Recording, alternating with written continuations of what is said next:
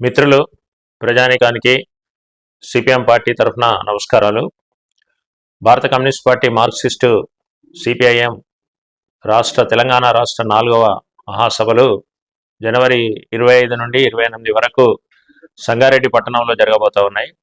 ఈ మహాసభల్లో తెలంగాణ రాష్ట్రంలో ఉన్నటువంటి 33 జిల్లాల నుండి ముఖ్య నాయకులందరూ కూడా 1000 మంది ప్రతినిధులు ఈ మహాసభలోకి పాల్గొనబోతున్నారు. మహాసభల్లో అట్లాగే వీరితో పాటు పరిశీలకులు, ఆహ్వానితులు కూడా మేము ఈ మహాసభలో పాల్గొనాలని కోరాము.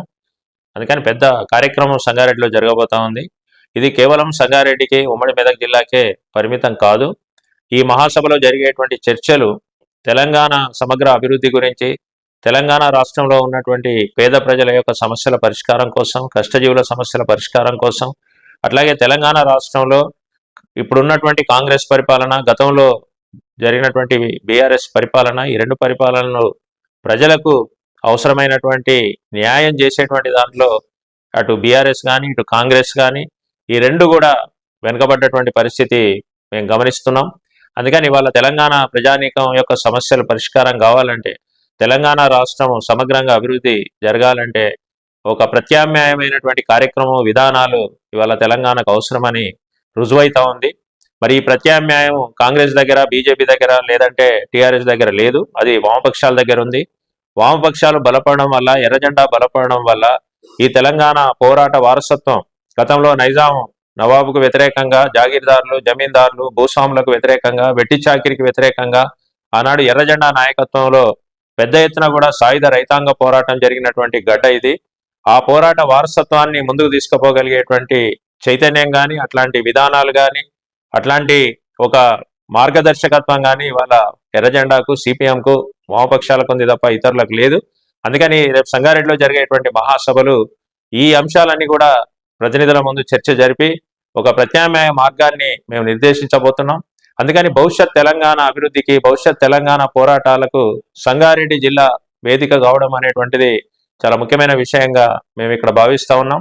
అందుకని ఈ మహాసభల్ని జయప్రదం చేయడానికి ఇప్పటికే ఆహ్వాన సంఘం ఏర్పడ్డది.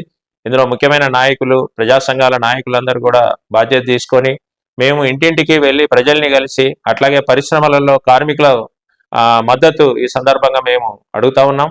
అట్లాగే అసంఘటిత రంగం నుంచి పబ్లిక్ సెక్టార్ కార్మికుల వరకు, ప్రభుత్వ ఉద్యోగుల నుంచి అన్ని రకాల ఉద్యోగులని మేము ఈ మహాసభను జయప్రదం చేయమని చెప్పి వారి దగ్గర నుంచి ఆర్థికంగా సహాయం చేయమని చెప్పేసి కోరుతా ఉన్నాం. వారందరూ కూడా స్పందిస్తున్నారు. ఈ మహాసభ పూర్తిగా ప్రజల సహకారంతో, ముఖ్యంగా ఉద్యోగ కార్మికుల సహకారంతో ఈ మహాసభను మేము జరపబోతున్నాం. అందుకని పెద్ద ఎత్తున ఈ శ్రేణులన్నీ కూడా ఈ మహాసభను జయప్రదం చేయడానికి సహకరించాలని చెప్పేసి మేము కోరుతా ఉన్నాం. అట్లాగే 25వ తారీఖు నాడు ఇక్కడ సంగారెడ్డి పట్టణంలో పెద్ద ఎత్తున కూడా ప్రజా ప్రదర్శన జరగబోతా ఉంది. దీంట్లో ముఖ్యమైన కళాకారులు, ఇతరులు, రెడ్ షర్ట్ వాలంటీర్స్ వీళ్ళందరూ కూడా పాల్గొంటా ఉన్నారు. ఈ బహిరంగ సభకు ముఖ్య అతిథిగా సిపిఎం పార్టీ పోలిట్ బ్యూరో సభ్యులు, సీనియర్ నాయకులు కామ్రేడ్ బృందా కరత్ గారు ముఖ్య అతిథిగా వస్తూ ఉన్నారు. బృందా కరత్తో పాటు కామ్రేడ్ బివి రాఘవులు గారు పోలిట్ బ్యూరో సభ్యులు, అట్లాగే కామ్రేడ్ తమ్మినేని వీరభద్రం గారు సిపిఎం పార్టీ తెలంగాణ రాష్ట్ర కార్యదర్శి, అనేక మంది ఇతర రాష్ట్ర నాయకులు ఈ బహిరంగ సభలో ప్రసంగించబోతా ఉన్నారు. అందుకని ఈ బహిరంగ సభ ద్వారా ప్రజానీకానికి మేము ఎర్రజెండా పట్ల, సమస్యల పరిష్కారానికి సాగే పోరాటాల పట్ల ప్రజానీకానికి విశ్వాసం కల్పించాలని చెప్పి అనుకుంటున్నాం. ఈ మహాసభ ప్రభుత్వానికి కూడా సమస్యలు పరిష్కారం చేయకపోతే మరి వామపక్షాలు మౌనంగా ఉండవు అనేటువంటి ఒక సందేశాన్ని, హెచ్చరికను కూడా మేము కేంద్ర రాష్ట్ర ప్రభుత్వాలకు పంపించాలని చెప్పేసి కూడా అనుకుంటున్నాం. అందుకని ప్రజల పక్షాన పోరాడుతున్నటువంటి, ప్రజల గొంతుగా, ప్రజా ఉద్యమాలకు సారథ్యం వహిస్తున్నటువంటి సిపిఎం పార్టీని ప్రజలందరూ కూడా ఆదరించాలని చెప్పేసి ఈ సందర్భంగా నేను విజ్ఞప్తి చేస్తున్నాను.